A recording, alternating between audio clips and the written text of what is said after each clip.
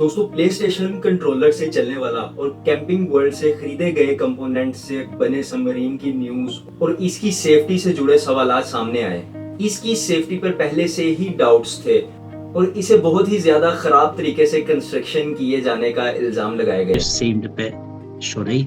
OceanGate shouldn't have been doing what it was doing. This is really focused on one thing, and that's the pressure vessel, and making sure that component, which is clearly the most critical component of the sub, is safe. Experts की जानिब से उठाए गए safety concerns के बावजूद भी Titanic submarine ने 5 tourist जिनसे लाखों डॉलर्स लेकर 12,500 फीट की गहराई तक उतरने का फैसला किया। सबमरीन की बकाया जात मिल जाने पर और भी जांच हो रही है। क्या सेफ्टी एक्सपर्ट्स के सवालों को ध्यान में नहीं रखा गया था? एक इंजीनियर को उनके सवालों के इजहार करने पर निकाल दिया गया, जबकि दूसरे साइंटिस्ट ने तो सबमरीन की कंस्ट्रक्शन को देखकर उसमें सवार होने से मना कर दिया। सबमरीन में पहले सफर करने वाले एक मुसाफिर ने न्यूज़पेपर को इस एक्सपीरियंस को सुसाइड कहा। दोस्तों इन सभी फैक्टर्स ने पोटेंशियल कंसर्न्स रेज किए हैं जो इस डिजास्टर का सबब हैं। ओशन गेट कंपनी जो सबमरीन को ओन करती है, उसने अपनी वेबसाइट पर दावा किया था कि ये सबमरीन कस्टम इंजीनियरिंग और सस्ते कंपोनेंट्स का कॉम्बिनेशन है। उन्होंने ये भी कहा कि इस वजह से सबमरीन को आसानी से मरम्मत किया जा सकता है। हालांकि इन कंपोनेंट्स को यूज करने के फैसले पर अब सवाल उठाए जा रहे हैं। रिपोर्टर डेविड पॉक, जिन्होंने पिछले साल इसी सबमरीन में सफर किया था, उन्होंने बताया कि लाइट और हैंडल्स कैंपिंग वर्ल्ड से खरीदे गए थे और रस्टिड्स के फोल्डिंग बैलेट्स के तौर पर इस्तेमाल किए गए थे। You get there and then you start seeing this stuff and now your mood crashes and you get a little worried, like, is this the level of polish and sophistication we're talking about? एक पिछले passengers के मुताबिक ballets को छोड़ने के लिए सारे passengers को वेसल्स के एक तरफ जाना होता था। पॉग ने इस क्राफ्ट को जेरी रिक और मैक गैवर्ड कहा और उसने बताया कि कई हिस्से उसकी एक्सपेक्टेशन से भी कम के थे, जैसा कि स्टीयरिंग मैकेनिज्म, जिसमें knock off play station controller का इस्तेमाल किया गया था, जो कि आज से 12 से 15 साल पुरानी टेक्नोलॉजी का कंट्रोलर है। पॉग ने ओनर स्टॉकटन रश को इन इश्यूज के बारे में समझाया, जिसके बाद ओशन गेट के सीईओ ने सबमरीन को डिफेंड किया और कहा कि ये कार्बन फाइबर और टाइटेनियम से बना हुआ कंटेनर जिसमें पैसेंजर्स बैठते हैं वो स्टेट ऑफ द आर्ट है। उन्होंने दावा किया कि नासा, बोइंग और वाशिंगटन यूनिवर्सिटीज ने इस डिजाइन में मदद की थी।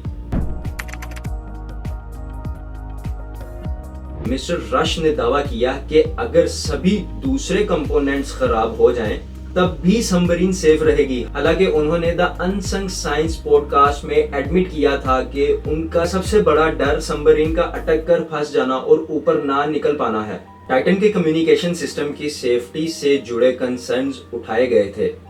जब मिस्टर पॉग सफर कर रहे थे, तब सबमरीन अपने स्पोर्ट शिप को रिस्पॉन्स देना बंद कर जाती है और भटक गई, जिसके बाद यही सबमरीन 5 घंटे तक लापता रही। मिस्टर पॉक के मुताबिक उस वक्त सबमरीन में एक इमरजेंसी बटन ऐड करने की चर्चा हुई थी, लेकिन लगता है कि ये लगाया नहीं गया। उन्होंने इस ट्रेजेडी के बाद दिए गए इंटरव्यू में कहा कि सबमरीन हमेशा मैकेनिकल प्रॉब्लम से परेशान रही है। टाइटन इंटरनेशनल वाटर्स में ऑपरेट किए जाते थे, जिसकी वजह से गवर्नमेंट एजेंसीज के रूल्स एंड रेगुलेशन इस पर इम्प्लीमेंट नहीं होते थे।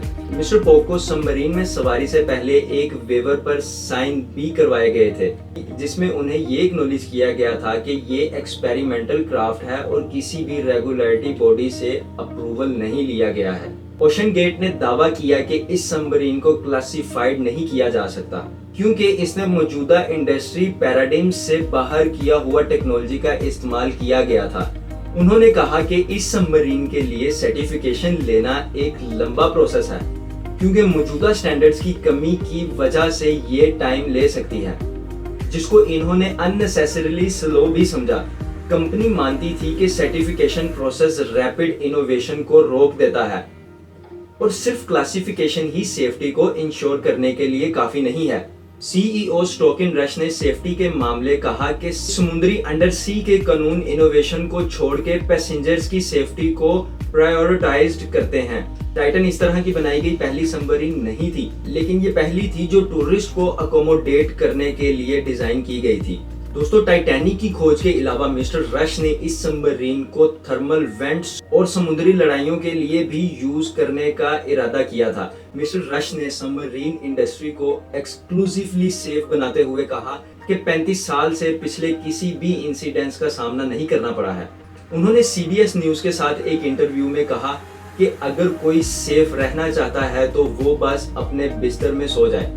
आर्थर लोब एक जर्मन इंडिविजुअल जिन्होंने टाइटन पर सफर किया था, इन्होंने कंस्ट्रक्शन को सुसाइड मिशन की शक्ल में डिस्क्राइब किया।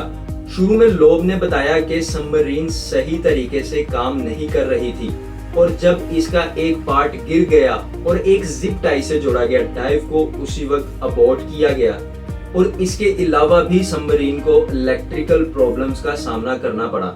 मशहूर टाइटैनिक रिसर्चर पॉल हेनरी नार्जियोलेट भी डाउट्स में थे।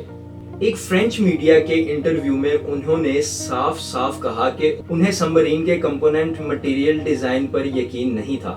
अब दोस्तों, इस सबमरीन के साथ इतने ज्यादा सेफ्टी कंसर्न्स थे जिसके बावजूद भी लोग इस पर सफर कर रहे थे, लेकिन ये सब सेफ्टी कंसर्न शायद उन मासूम लोगों को नहीं पता थे। दोस्तों, अगर आपको मेरी ये रिसर्च बेस्ड वीडियो इंटरेस्टिंग और इन्फॉर्मेटिव लगी है तो अपने दोस्तों के साथ जरूर शेयर करें और इस चैनल को सब्सक्राइब करना मत भूलें ताकि आपको इसी तरह की इन्फॉर्मेटिव वीडियोस मिलती रहें। मिलते हैं नेक्स्ट वीडियो में। अपना ख्याल रखें। अल्लाह हाफिज।